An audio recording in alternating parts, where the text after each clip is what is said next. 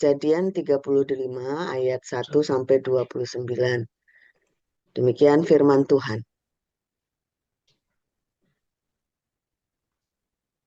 Allah berfirman kepada Yakub, "Bersiaplah, pergilah ke Betel, tinggallah di situ, dan buatlah mezbah di situ bagi Allah, yang telah menampakkan diri kepadamu ketika engkau lari dari Esau, kakakmu."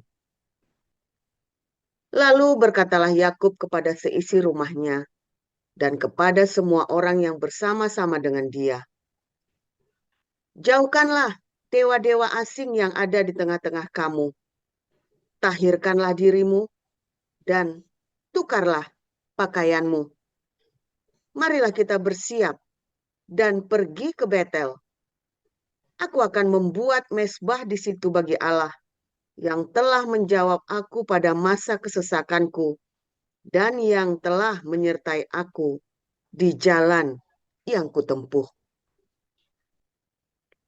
Mereka menyerahkan kepada Yakub segala dewa asing yang dipunyai mereka dan anting-anting yang ada pada telinga mereka.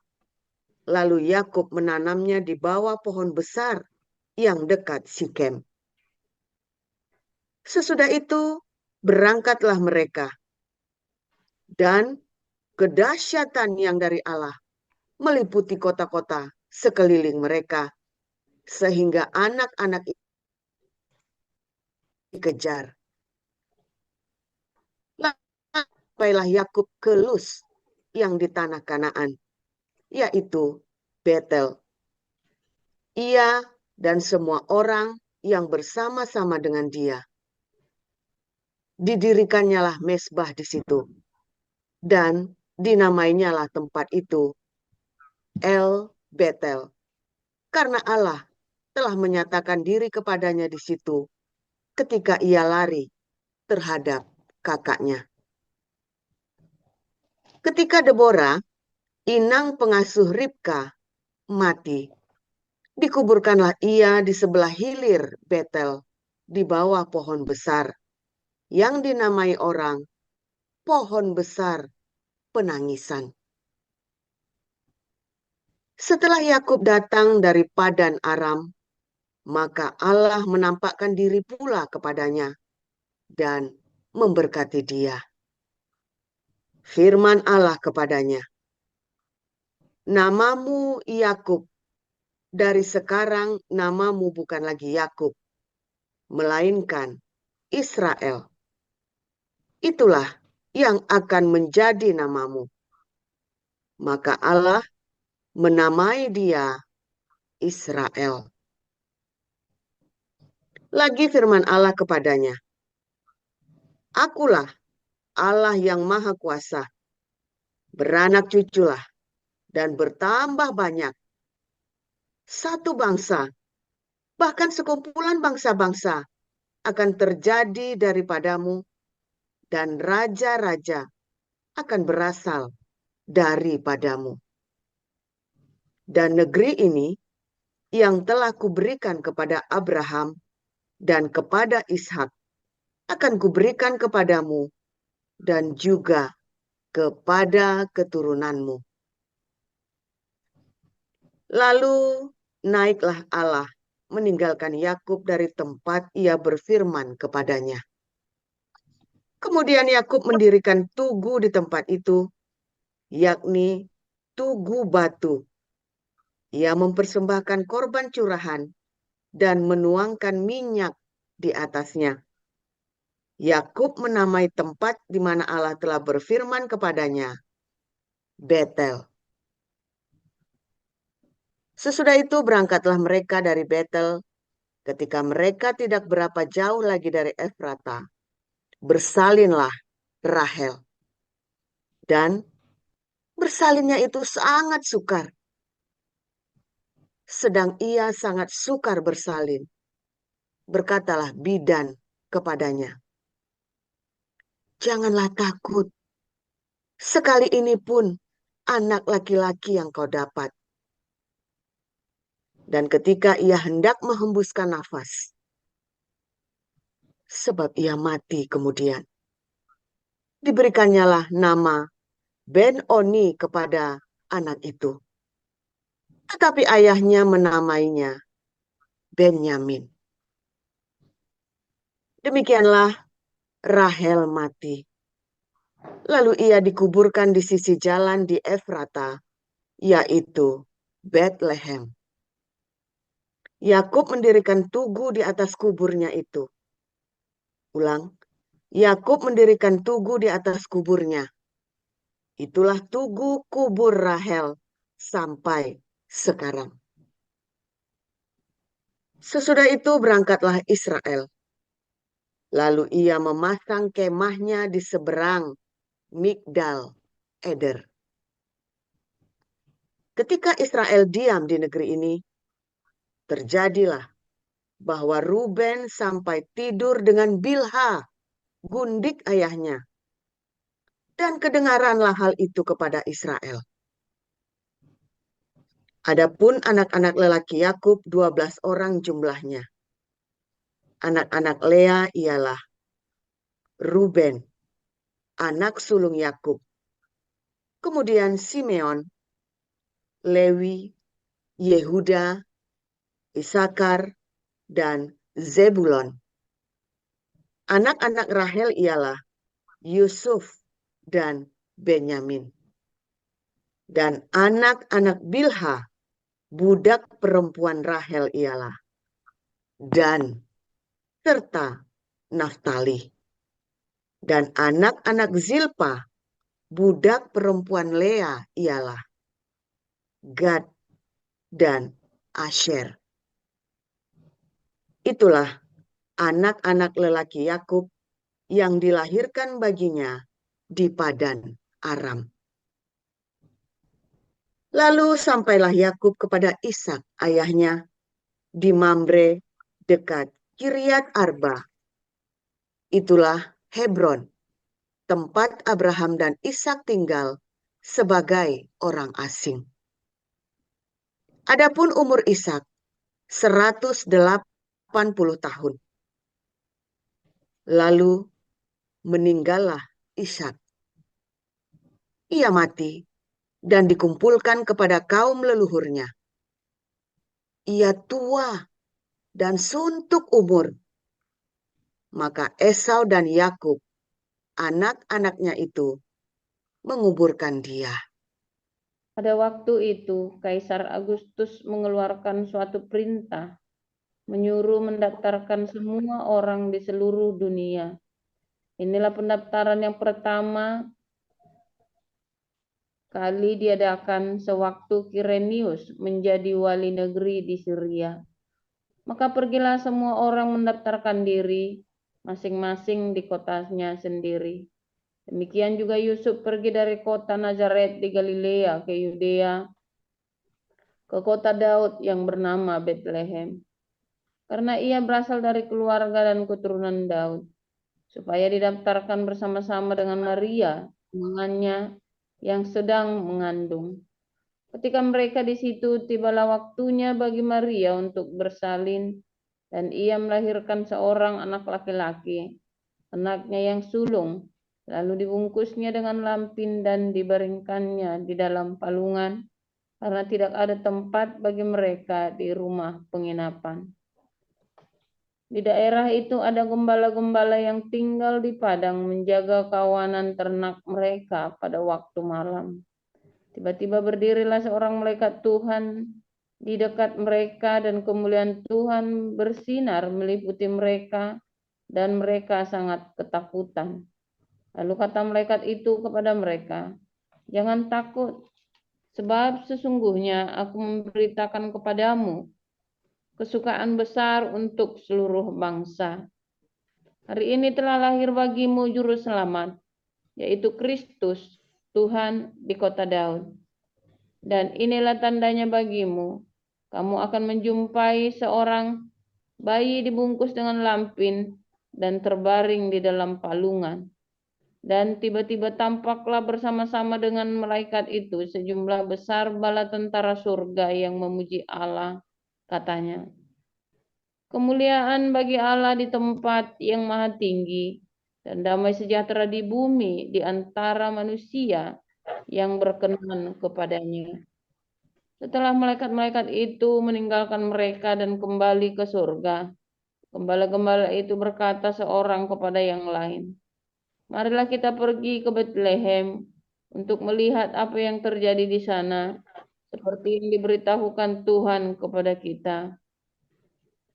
Lalu mereka cepat-cepat berangkat dan menjumpai Maria dan Yusuf dan bayi itu yang sedang berbaring di dalam palungan.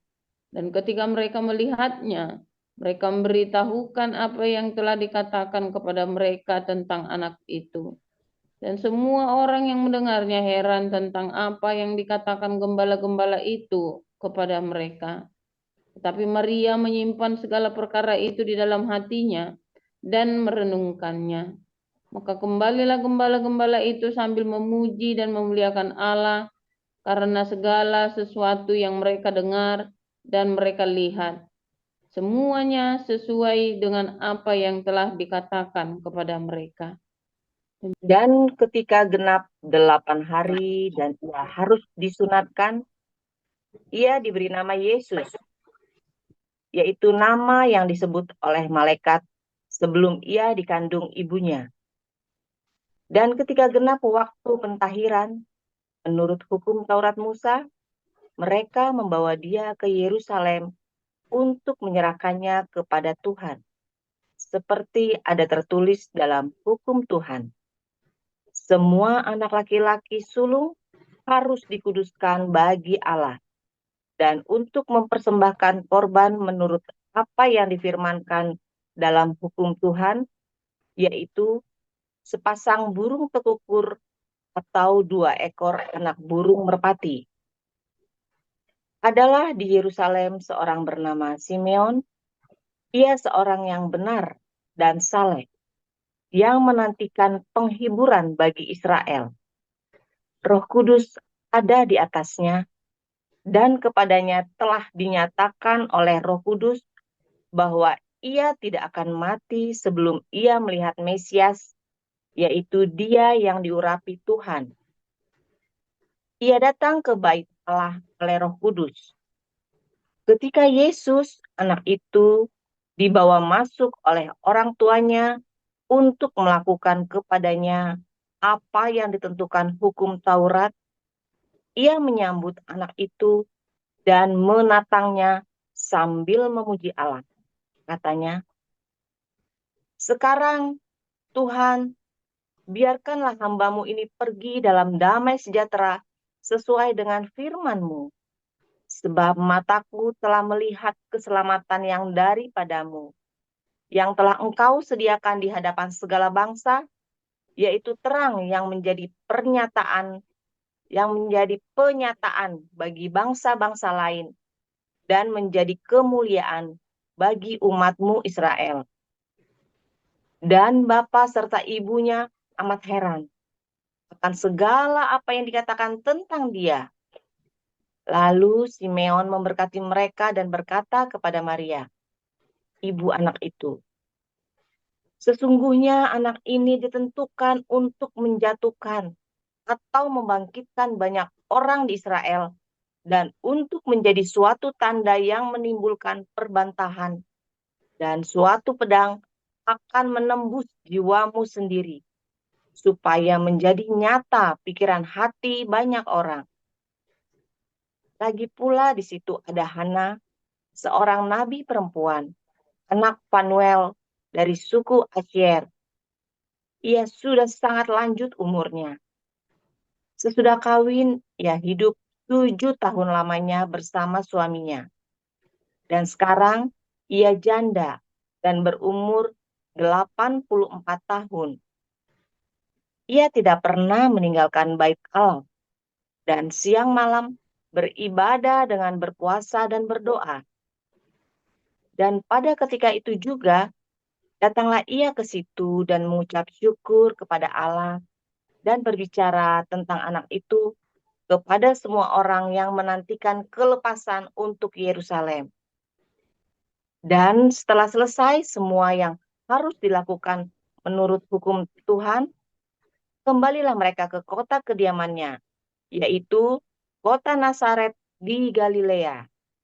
Anak itu bertambah besar dan menjadi kuat, penuh hikmat, dan kasih karunia Allah ada padanya. Tiap-tiap tahun, orang tua Yesus pergi ke Yerusalem pada hari raya Paskah. Ketika Yesus telah berumur 12 tahun, pergilah mereka ke Yerusalem seperti yang lazim pada hari raya itu. Sehabis hari-hari perayaan itu, ketika mereka berjalan pulang, tinggallah Yesus di Yerusalem tanpa diketahui orang tuanya. Karena mereka menyangka bahwa ia ada di antara orang-orang seperjalanan mereka, berjalanlah mereka sehari perjalanan jauhnya, lalu mencari dia di antara kaum keluarga dan kenalan mereka. Karena mereka tidak menemukan dia, kembalilah mereka ke Yerusalem sambil terus mencari dia. Sesudah 3 hari mereka menemukan dia dalam bait Allah. Ia sedang duduk di tengah-tengah alim ulama sambil mendengarkan mereka dan mengajukan pertanyaan-pertanyaan kepada mereka. Dan semua orang yang mendengar dia sangat heran akan kecerdasannya dan segala jawab yang diberikannya. Dan ketika orang tuanya melihat dia, tercenganglah mereka. Lalu kata ibunya kepadanya, "Nak, mengapakah engkau berbuat demikian terhadap kami? Bapakmu dan aku dengan cemas mencari engkau." Jawabnya kepada mereka, "Mengapa kamu mencari aku? Tidakkah kamu tahu bahwa aku harus berada di dalam rumah Bapakku?" Tetapi mereka tidak mengerti apa yang dikatakannya kepada mereka. Lalu ia pulang bersama-sama mereka ke Nazaret, dan ia tetap hidup dalam asuhan mereka. Dan ibunya menyimpan semua perkara itu di dalam hatinya. Dan Yesus makin bertambah besar dan bertambah hikmatnya dan besarnya dan makin dikasihi oleh Allah dan manusia. Haleluya, firman Tuhan selalu baru setiap hari ketika kita menanti-nantikan Tuhan dengan hati yang tulus, saudara ya, dengan hati yang penuh cinta. Kalau kitanya nggak mengasihi Tuhan, nggak tulus, nggak cinta, kita nanti-nantikan juga nggak berguna ya akhirnya ya, saudara ya. Serius ya, di dalam penantianmu itu ya, karena kamu menanti-nantikan sang cinta untuk memberkati hidupmu, tapi hidupmu tidak di dalam cinta. Nah itu ya, kamu menanti-nantikan sang cinta memberkati hidupmu, tetapi kamu sendiri tidak hidup di dalam cinta. Ya, di dalam kemarahan, kebencian, di dalam dendam, maka cinta itu nggak bisa memberkati. Makanya kadang-kadang dibiarkan. Waktu saya marah tuh ya, dengan kebencian dendam itu, Tuhan biarkan sampai puas. Ya, sampai puas, sampai saya diem, ya. Dan Tuhan baru temui saya, saudara ya. Itu caranya begitu, cara Tuhan bekerja. Sampai puas. Dalam puasa itu ya kamu hancur, remuk kita, hancur lebur, saudara. Salah sendiri dipuas-puasin, jangan dipuasin, jangan di-entertain ya, saudara ya. Kemarahan itu jangan di-entertain. Kadang-kadang kita marah, kadang-kadang kita tidak terima, kita tidak puas ya. Jangan di-entertain, tidak apa-apa, memang tidak puas. Kalau dipuasin kamu hancur. Dan Tuhan nggak bisa masuk, Roh Kudus tidak bisa masuk di dalam hidupmu, menguasai, nggak bisa, karena Roh Kudus itu sangat lembut, nggak bisa maksa. Beda dengan ini ya, Roh Muhammad, maksa, ya. Tapi Roh Kudus itu nggak bisa maksa. Dia nunggu sampai kamu, iya aku terima. Lalu dia masuk dalam ketidakpuasanmu, penasaran, kesamara, ya kan? Saya tahu rasanya. Saya pernah marah, saya pernah dendam. Ya, saya pernah benci, pernah tidak karu-karuan hidupnya ya, kemana-mana panas, mau pistol kemana-mana. Saya pernah ngalamin, saudara ya. Jadi saya tahu yang namanya nggak puas itu seperti apa ya, saudara ya. Nggak puas. Sudah dibukin orang aja masih nggak puas. Ya, hawanya itu loh. Hancur hidup saya. Hidup saya hancur ya, karena kita puasin. kemarahan itu dipuaskan, harusnya jangan. Begitu Anda tahu ya, lagi marah, pengen melampiaskan, ini nggak puas nih, masa enakan dia tambah kaya, saya tambah miskin nih gara-gara ulahnya dia, keenakan dia, kan begitu kan? Masa dia bebas melenggang begitu saja, harus saya habiskan. Saya tahu itu nggak puas rasanya, saudara. Bukan cuma nggak puas, ya penasaran, bisa nggak tidur itu seminggu, nggak bisa merem ya, ditanya ya, katakan bahasa ini mati aja melek, matinya nggak bisa merem kan gitu, melek lagi, mati penasaran. Iya, memang iya penasaran, saudara ya. Dan kalau kamu terusan, kamu akan mati dalam penasaran, apalagi kalau dendammu nggak kecapean. Tetapi ketika kamu diam dan lakukan, wis, saya nggak puas, saya marah, saya nggak seneng, ya wis nggak apa-apa. Saudara, sebenarnya kadang-kadang bukan salahnya kita, bukan salahnya orang itu, kan salahnya kita sendiri. Lalu Anda menjadikan orang itu objek pelampiasan kebodohanmu dengan alasan dendam, dia pelakunya. Padahal belum tentu dia. Lebih sering bukan dia pelakunya, dan kamu sedang melampiaskan kemarahanmu, kebodohanmu kepada dia. Ya. Kedua, seringkali kebencian itu bukan dari dirimu sendiri, tapi kamu dekat, kamu biasa kumpul sama orang-orang yang penuh kebencian. Kumpulan pencemooh kemarin saya bilang ya. Saudara, benar loh saudara ya.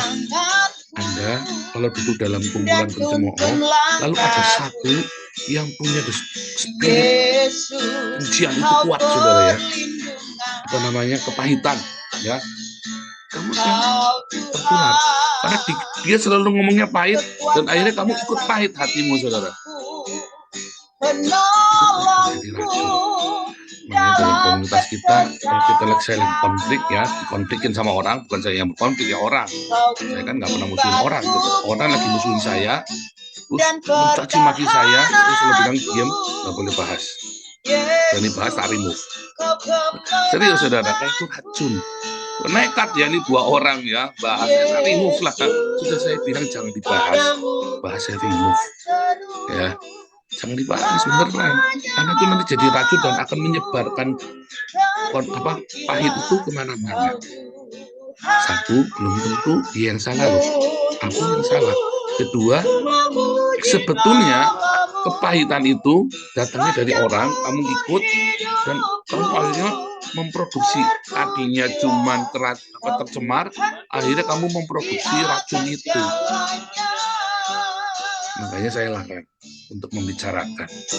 Memang kadang-kadang kita lebih baik tidak usah membicarakan, meskipun kita harus lari, enggak. Kan sudah diklarifikasi, sudah. Klarifikasi yang terus-menerus namanya bertengkar. TV kita cuma 2. Kalau ditampar 1, kasih satunya, udah sekali saja. Ya. Kalau Anda klarifikasi hal yang sama, berulang-ulang, namanya bertengkar, saudara. Dan jadilah pertengkaran itu. Ya.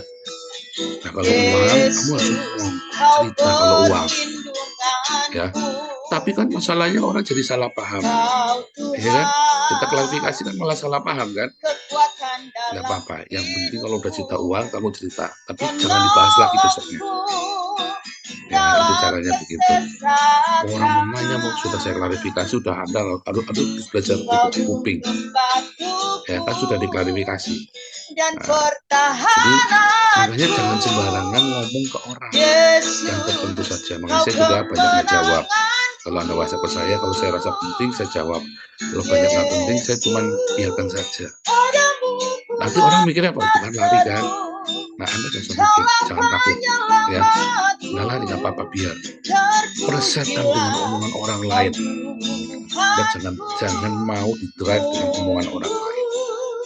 Ya, lalu orang akan memframing kamu takut kan, lari kan? Enggak, seperti saja. Sebab kalau kamu ikutin, iblis itu maunya kamu masuk di dalam pusaran konflik. Dengan suamimu juga sama, dengan istrimu juga sama. Iblis itu mau kamu masuk dalam pusaran konflik. Kan kamu salah kan, makanya kamu belum saja kan, karena kamu salah. Yang diam itu belum tentu salah, yang banyak ngomong belum tentu benar. Tapi saya pastikan Anda, kalau kamu berkonflik, kamu menjelek-jelekan musuhmu, lawanmu, kamu pasti kalah. Dua-duanya pas saling menjelekkannya, dua-duanya kalah. Kamu perdam. Tapi yang tidak menjelek-jelekan, walaupun mungkin kamu salah, Tapi karena kamu tidak menjelek-jelekan musuhmu, semesta membelamu. Padahal mungkin kamu yang salah loh, saudara. Padahal mungkin kamu yang salah. Itu saya ya. Hari Minggu sudah diajarin ya kemarin ya. Semesta akan membelamu loh, saudara. Karena kan kita salah. Kalau kita memang niat mau jahat sama dia kan kita ajar dia terus kan. Tapi karena kitanya diam, mungkin kita juga sedang introvert. Dalam diamnya itu kan kita jangan-jangan kita salah nih. Jangan-jangan kita yang salah nih dalam diamnya kita. Itu semesta akan membela. Semesta ini ya Tuhan itu kan Jehovah Sebaot itu kan. Ya kan? Yang maksud semesta ini kan Jehovah Sebaot untuk membela. Semesta akan menjadi saksi ya. Semesta akan membela saudara. Ingat-ingat ya saya ngomong rumus siapa konflik itu. Tak jamin kamu menang saudara dalam konflik itu. Lawanmu akan mendapat malu dan kamu akan diberkati. Itu yang namanya menjarah kekayaan bangsa-bangsa. Karena ketika lawanmu itu sedang melemparkan kutub, ya, dan kamu diam, kamu dekat sama Tuhan, sekalipun kamu yang salah, kamu sadar kamu cepat dekat sama Tuhan, maka kutuknya itu jadi berkat, saudara. Lalu kutuk yang kamu sedang mendekat sama Jehovah Sebaot ini balik ke dia. Ya, itu rumusnya ya, itu penjelasan rumusnya.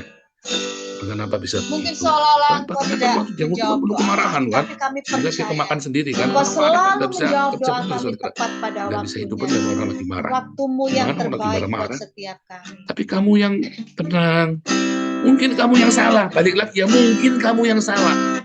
Kamu melekat-lekat sama Tuhan. Tuhannya akan membenarkan kamu. Ya, terusnya. Tak Nah, selalu kita cerita Migdal Eder. Tuhan Migdal Eder menjawab ini adalah doa. tempat di mana Namun orang dia mengembalakan yang ternaknya, terbaik dombanya di untuk waktu yang dikirim ke Yerusalem karena jaraknya hanya tepat. 10 menit. Setengah jam kalau jalan, saudara ya. Izinkanlah 2 jam ya kalau jalannya, 2 jam kalau jalan, hanya 10 menit kalau naik mobil ya dari Bethlehem ke Yerusalem ya. Dekat sekali 9 km. oleh Ya, 9 karena km. percaya. Nah, saudara, dari Migdal Eder ini ke Yerusalem, kan domba-domba yang mau untuk korban Paskah kan di ternaknya di Migdal Eder, ya kan di ternaknya. Lalu dia akan dibawa ke Yerusalem setelah dewasa, setelah umur kan anak domba itu ya, mungkin sudah siap ya, maka dibawa ke Yerusalem disembelih di sana. Ya, nah itulah namanya padang penggembalaan. Itulah pada gembala itu dari Migdal Eder datang ke tempatnya Yesus ya dalam Lukas 2 itu ya. Itu mereka dari padang penggembalaan dari Migdal Eder mereka datang ke kandang domba ya situ ya. Nah, saudara, kandang itu bukan kandang kecil ya. Kalau kandang domba di Migdal Eder itu kandangnya gede banget. Makanya disebut rumah ya. Disebut rumah yang di dalamnya isinya domba-domba gitu, namanya apa, yard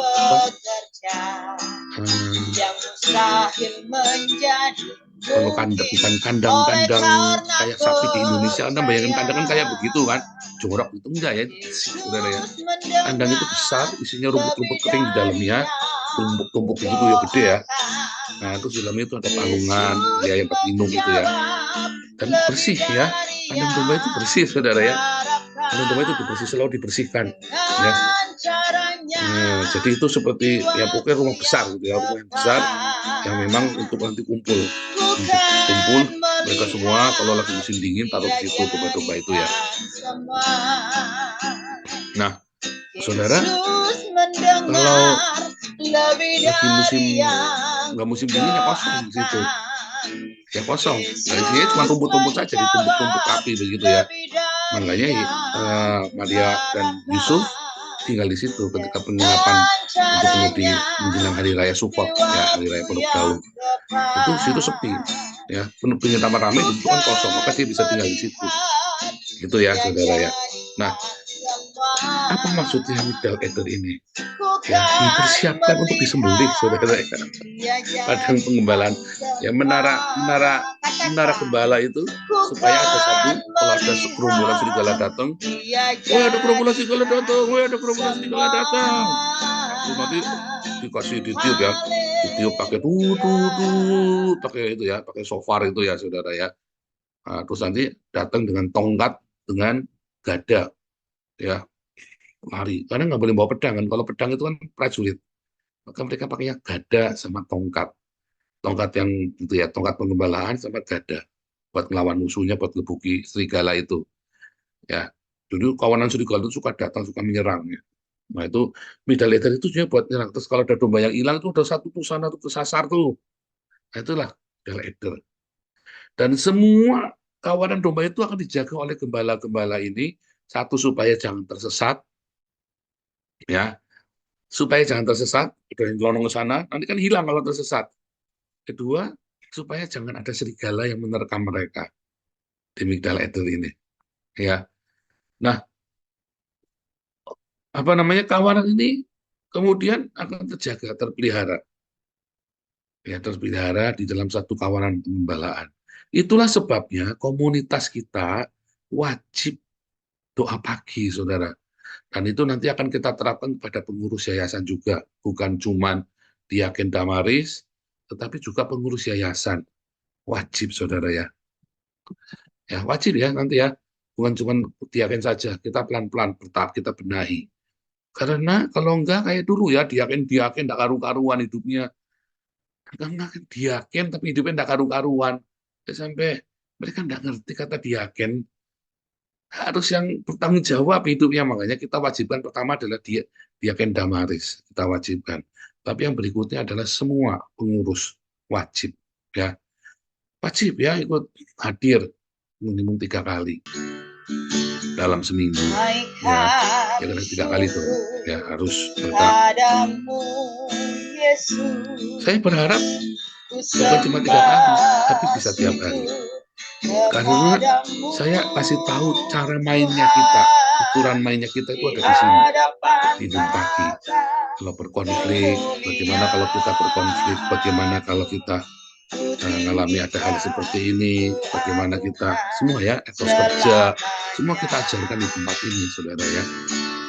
Bagaimana seharusnya semua. Sok baik, ngomong kamu hebat enggak, saudara ya. Saya residivis, saya bukan orang baik. Saya jadi kelihatan baik karena kalau berkonflik saya selalu diam. Dan orang-orang itu yang ngoceh-ngoceh jadi dia kelihatan nggak baik. Ya kan? Kalau ada orang musuhan yang banyak ngomong jahat kan jadi kelihatan jahat kan? Sementara yang salah ini kan jadi kelihatan baik kan? Saya kelihatan baik karena orang-orang ini jahat, saudara. Sehingga saya yang jahat ini jadi kelihatan baik. Paham nggak? Kamu jadi kelihatan baik kalau kamu diam saja. Mertua saya itu ya masuk pengantin baru ya, saya cerita sama saya, saudara ya. Ini kan anak orang kaya nih, keluarga orang kaya nih. Ya keluarga orang kaya, anak-anaknya kan namanya anak orang kaya, gimana sih, saudara? Belagu-belagu begitulah biasa. Lalu ada persaingan intrik-intrik di dalam orang kaya karena saking kayanya setiap anak bisa dikasih rumah satu-satu gede-gede, saudara ya. Salah satunya mertua saya itu dikasih rumah gede sendiri, gede. Cuman rumahnya dikasih yang paling gede, yang paling bagus. Jadi orang-orang pada marah sama dia. Ya, saudara. Terus mertua saya ini paling rajin, dia selalu bantuin di toko kakeknya anak itu ya, opanya anak punya.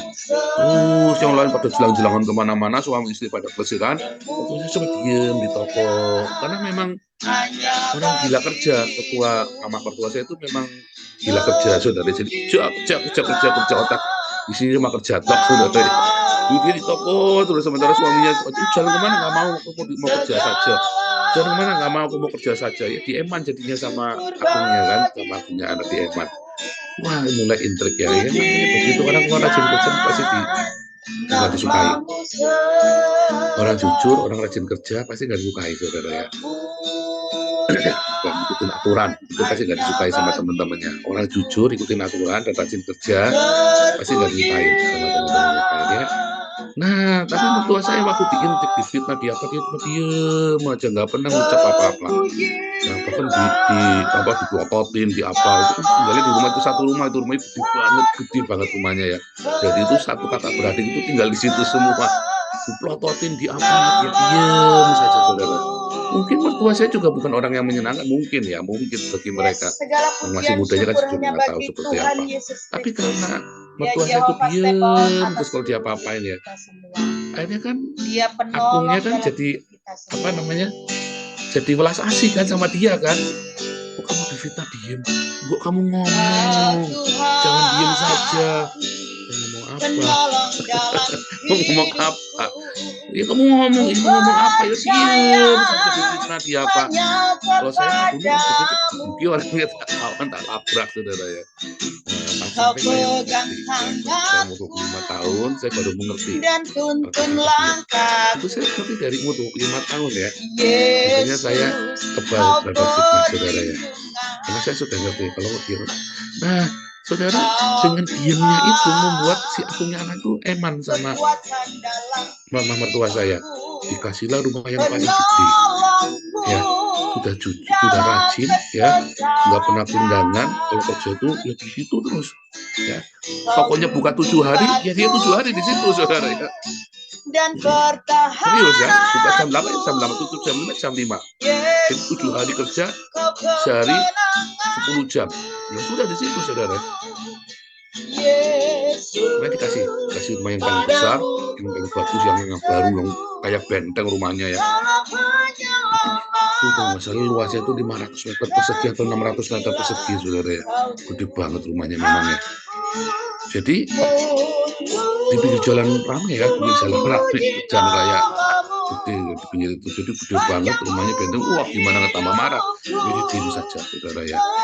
Selalu diam, nggak pernah ngomong yang jelek tentang saudara-saudaranya, tentang ipar-iparnya ini, ya kan?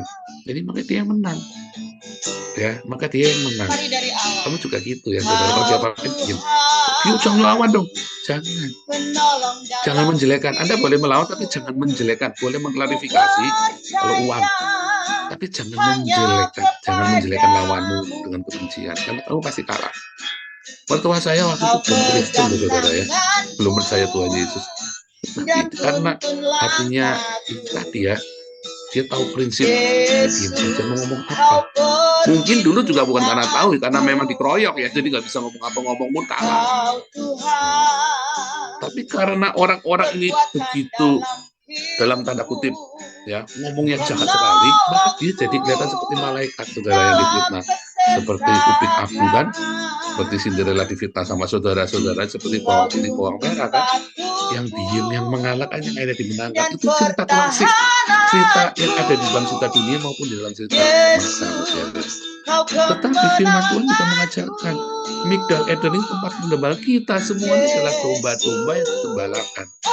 Keluh, katanya Yesaya 53. Kalau kamu nggak keluh, waktu mau dibawa ke tempat ke Yerusalem, kamu merontak, kamu nangis, kamu apa, kamu namanya kambing bukan domba, saudara. Kita semua adalah domba yang keluh. Ya, dalam menara, di bawah menara penjagaan itu, kita tidak suka nanduk sana nanduk sini. Kita adalah domba yang nurut, yang taat. Kita bukan domba yang suka berkelahi. Oh, kamu lawan saya? Oh, awas, jangan sebut nama saya.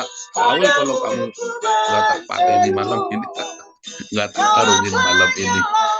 Nah, itu kan maunya kita. Maunya kita kan selalu ngomong begitu kan, enak kan? Wah, paling enak apa? Wah, kepala kamu aja bisa tak beli kok. Wah, itu paling nyaman tuh ngomong gitu, paling puas itu, saudara. Nah, tapi kita adalah domba, ya. Takdir kita adalah domba. Lalu ada serigala menyerang, biar gembala yang menghalaunya. Kalau kitanya tiba-tiba ada serigala, kita telakung juga, jangan-jangan kamu bukan domba, kamu kambing. Ya, jangan-jangan kamu kambing, kamu bukan domba. Kambingnya suka melakung sana, melakung sini. Dan kambing itu nilainya jauh di bawah domba. Mungkin kamu ada dalam kawanan penggembalaan itu, tetapi nilai kamu tuh nggak hitungan, nggak masuk hitungan, nggak mahal, murahan. Kambing itu murah, domba itu lezat, saudara ya. Makanannya enak, gunanya lebih banyak. Domba itu tidak suka makan sampah. Kambing itu apa saja dimakan sampah. Makanya kamu datang kemari supaya Anda tahu aturan-aturan di Migdal Eder, di dalam padang penggembalaan. Ini aturan yang ditentukan. Indoktrinasi, ya, indoktrinasi. Memang, iya dong. Kalau nggak indoktrinasi namanya apa? Kita indoktrinasi di sini. Anda sedang diindoktrinasi. Anda tidak suka, Anda bisa keluar dari kawanan ini dengan doktrin-doktrin yang saya ajarkan. Iya dong, kan nggak harus setuju. Tapi kalau nggak setuju dan Anda tetap di dalam dan Anda menanduk, namanya kambing. Kalau Anda domba, Anda belajar ikutin aturan komunitas sudah saya umumkan. Tetapi dimanapun kamu berada, komunitas itu selalu punya doktrin. Setiap komunitas sepeda gunung pun, Mungkin komunitas seolah-olah sepeda engkau gunung, tidak menjawab doa komunitas kami, babi tapi kami ngepet, percaya komunitas Engkau apapun ada selalu aturannya, menjawab doa saudara. kami tepat Dan pada aturan itu waktunya. harus diajarkan. Waktumu yang terbaik buat setiap kami. Iya saudara, biar komunitas harus ada aturannya. Itu harus diajarkan. Dan itulah namanya indoktrinasi. Kalau Anda tidak setuju, ya jangan jadi babi ngepet, ya kan? Misalnya begitu kan. Kalau Anda tidak setuju, ya jangan ikut. Ini klub sepeda gunung, kamu maunya naik Harley Davidson. Nggak boleh, saudara. Biar kamu sugih pun kayak apa, ini klub sepeda gunung, pakai sepeda gunung. Jangan pakai Harley Davidson. Nah, itu contoh seperti itu ya. Sama ya. Makanya pendeta-pendeta di Eropa itu salah pada jawabnya salah ya. Ketika sama di Amerika itu kan pada penjara kalau nggak mau memberkati homo itu kan. Kalau orang nanya saya bilang ini komunitas bukan komunitas homo, ini komunitas straight. Jadi kalau kamu homo, kamu tidak bisa kita berkati karena kami komunitas straight. Bukan kami mendiskriminasi, kamu boleh datang ke sini, kita senang. Tapi begitu kamu menikah, sorry, kita komunitas straight. Sama kalau kamu masuk ke klub diskotik homo itu ya. Ya kan? Kamu kan nggak bisa melarang orang homo kan, sama saja kan? Karena setiap komunitas itu ada aturannya. Dia bilang ini komunitas straight, bukan komunitas homo. Kami tidak anti homo, tetapi ini komunitas straight, ada aturannya. Kalau kamu suami pasangan laki-laki perempuan, itu saudara, itu ada aturannya kita. Sama seperti klub sepeda gunung. Kamu tidak bisa paksa kita untuk pakai Harley. Nggak bisa. Aturan kami sepeda gunung, bukan Harley Davidson. Komunitas itu ada aturannya. Dan itulah bedal eder. Kalau nggak liar semua berantakan semua. Harus ada aturannya. Semua yang di komunitas ini harus berdoa pagi, saudara ya. Pengurus sekalipun itu. Ya, memang harus begitu. Kenapa, saudara? Supaya aturan-aturan kita tiap hari. Dengarkan. Pak, dari YouTube, Pak. Iya, masalahnya kamu dari YouTube Pak, pada sudah dari dulu Pak, saya dengarkan di YouTube Pak, ini nyatanya kelakuan caramu berpikir pun masih seperti itu. Ketika saya tanya, dia nggak ngerti apa-apa, ya kan? Masih mending orang-orang Islam itu pada rajin gitu Pak gitu kan, yang di live YouTube itu kan, yang di live chat itu orang Islam aja rajin ikut YouTube saya doa pagi. Kamu kok nggak ikut, malah gimana sih? Aneh kamu nih. Orang Islam saja rajin ikut YouTube saya tiap pagi jam 3 pagi, jam 4 pagi. Kamu malah nggak rajin, kan aneh. Itu saudara ya, legal eder. Di mana kawanan domba ini siap masuk ke tempat pembantaian untuk dikorbankan harga dirinya, untuk dikorbankan. Ini Paulus suka mengorbankan orang. Legal eder. Kita memang domba, kawanan domba kan. Bukan dikorbankan buat saya, saudara, tapi buat Tuhan Yesus. Bukan buat saya, ngapain Anda berkorban buat saya? Saya tidak perlu Anda berkorban. Ya, saya tidak perlu Anda berkorban. Saya kan kasih Pak kepala saya buat Pak Paul. Alah, kosong bullshit tuh. Kasih kepalamu buat saya. Saya minta laporan keuangan aja nggak ngasih kok. Kepalamu. Saya bilang begitu ya. Jadi sumber kata.